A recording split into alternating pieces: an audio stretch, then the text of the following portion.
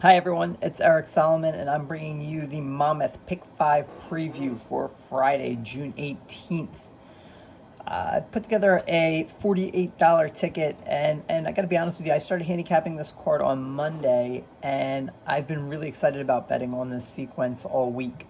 I am completely against two horses that are going to be short prices at the beginning of the sequence, so I hope we can beat them. I think if we can, there's potential that this can be a four-figure payout here on this pick 5. So I'm going to get right into race 2 on the turf here, and I'm playing against the big favorite Dugout, #1 from the Kelly Breen barn.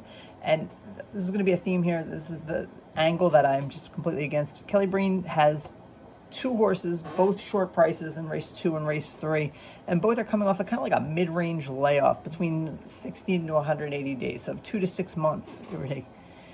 In the last year and a half, he has only won with 4 of 67 of those horses. That's a 6% win percentage.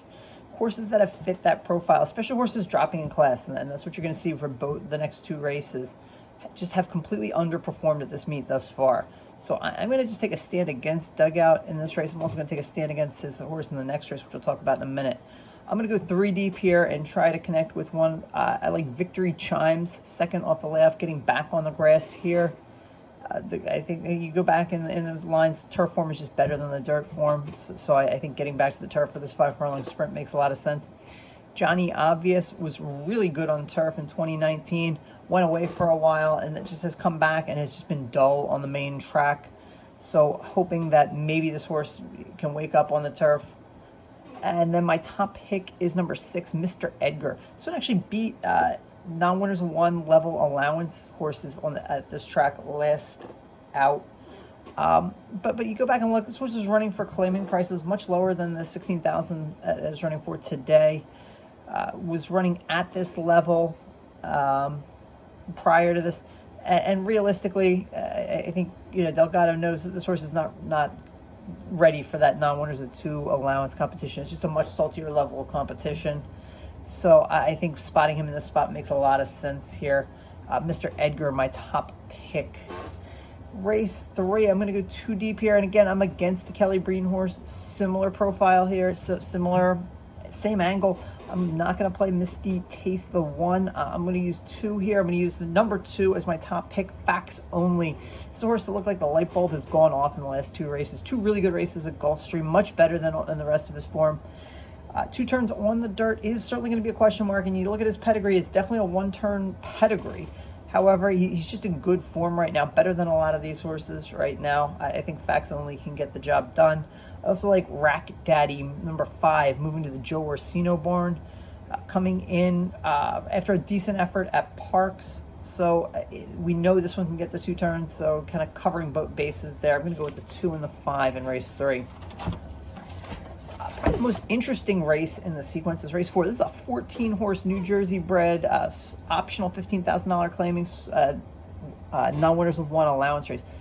So 14 horses have entered. All 14 can go if they so desire. I took 4 of them here. 12 to 1 top pick is the 6, Double Trouble. Draw a line through the last one. This one going 2 turns at Park. This horse is a 1-turn horse. That's his game. Has a win on this track last year.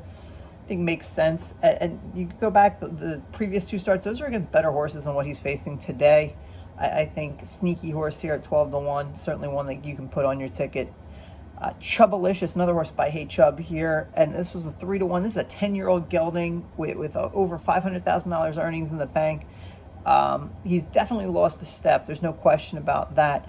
But I think you got to put him on the ticket. You just look at what he's done on this track. 9 wins and 16 starts, and that also includes 5 second-place finishes and 1 third. So hitting the board 14 out of 16 here. Was a winner, multiple open stakes races on this course years ago. The question is, how much of a step has he lost? I still think at this level you got to put him in. Smithwick's Spice, #10, another one I'm going to use.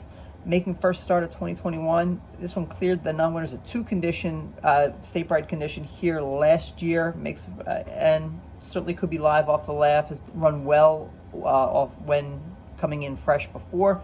And also going to look at #12, Counterfeit Currency. This is a 3-year-old taking on some good older horses in this race. But this one has 3 very good starts with New Jersey breds on the main track. Draw a line through the turf race at Aqueduct where he threw the rider. Just missed last out at this level. Took the worst of a 3-horse photo. And this is a tougher group, no doubt. So he's definitely going to have to improve. But I think one that's certainly capable. Certainly has a higher ceiling than a lot in here. So those are the 4 I want in that race. 4 deep again in the fifth, fourth leg here. Ninja Dust, the 1 is my top pick, getting back to 2 turns, shipping and dropping from Naira circuits. This has been an angle just at all meet long. It's been productive, kind of that ship and drop from New York. Number 2, B Major, is going to be your favorite, probably Tampa Invader. Jose Ferrar is just upgrading every horse that he's on right now. 3 solid starts in a row at Tampa with similar horses. The 6, Quamar. I don't love the 5-2 price on here. I think he's just maybe not quite as good as some of the others, but he's very consistent. So for me, it's worth putting him on the ticket. And then number 7, Large, is an interesting horse. Only 1 turf start and was kind of a runoff in that race. We had a 7-length lead. Field came back to him. Only lost by about 3 lengths that day. I think this one certainly could be thinking about stealing this race on the front end. There shouldn't be a ton of competition for that early lead if he wants it. Just has to be able to ration that speed. So that'll kind of be the test for Albin Jimenez in this race. And then if we can get into the last leg, I'm going to go with the single here. I like Roaring River in race 6 to close the card. Tossed the last to Charlestown, was in the mud facing non-winners of 1 allowance company. He belongs at this claiming level and getting back to a 2-turn route. So those Tampa races, if he can run any of those Tampa races here, it's probably good enough to beat this group.